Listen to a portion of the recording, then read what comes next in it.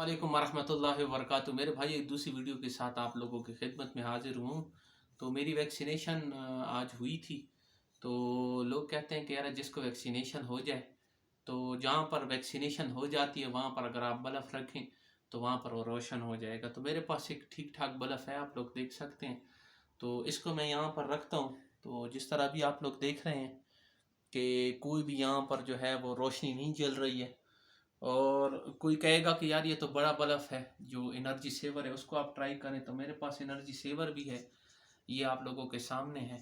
तो इसको जो है मैं इसके ऊपर ट्राई करता हूँ अभी। तो जब मैं यहाँ पर इसको रखता हूँ तो ये आप लोग देख सकते हैं कि ये बिल्कुल रोशन नहीं हो रहा है। और फिर दूसरा जो है, तीसरी चीज़ मैंने खुद की है कि अगर टेस्टर लगा के देख लेते हैं तो क्या इसके साथ जो है वो बिजली यहाँ पर रन कर रही है। तो ये देखो यहाँ पर मैंने हाथ रखा और यहाँ पर देखे मैं हर कहीं टेस्टर घुमा रहा हूँ, लेकिन कहीं भी आपको जो है वो रोशनी नहीं नज़र आ रही है।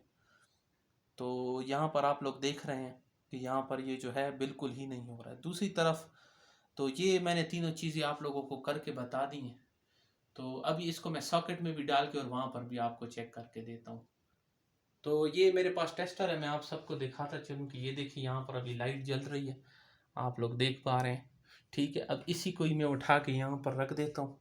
ये आप लोग देख रहे हैं कि बिल्कुल लाइट नहीं जल रही है। अगर थोड़ा सा भी यहाँ पर जो है बिजली होती तो इस टेस्टर के ज़रिए आप लोगों को नज़र आता।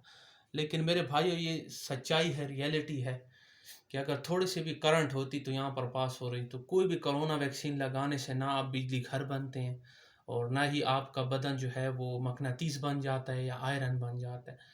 तो ये दो मिथ मैंने अभी ख़त्म कर दिए। तीसरी जो मेरी वीडियो होगी कि 2 साल के अंदर जो वैक्सीन लगाएगा वो मर जाएगा, उसके ऊपर मेरी आप अगली वीडियो देखिएगा। फिर मिलेंगे, तब तक के लिए अल्लाह हाफ़िज़।